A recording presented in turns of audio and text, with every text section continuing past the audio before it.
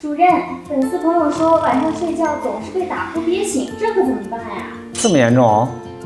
打呼噜啊，是因为我们的呼吸道狭小，再加上舌后坠引起的。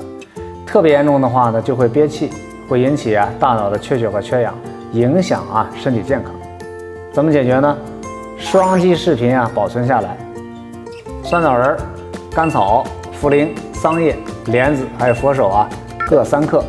睡前2小时呢，用开水冲泡饮用，连续2个礼拜会有不错的改善。还有一点特别重要，您不妨呢侧着睡试试。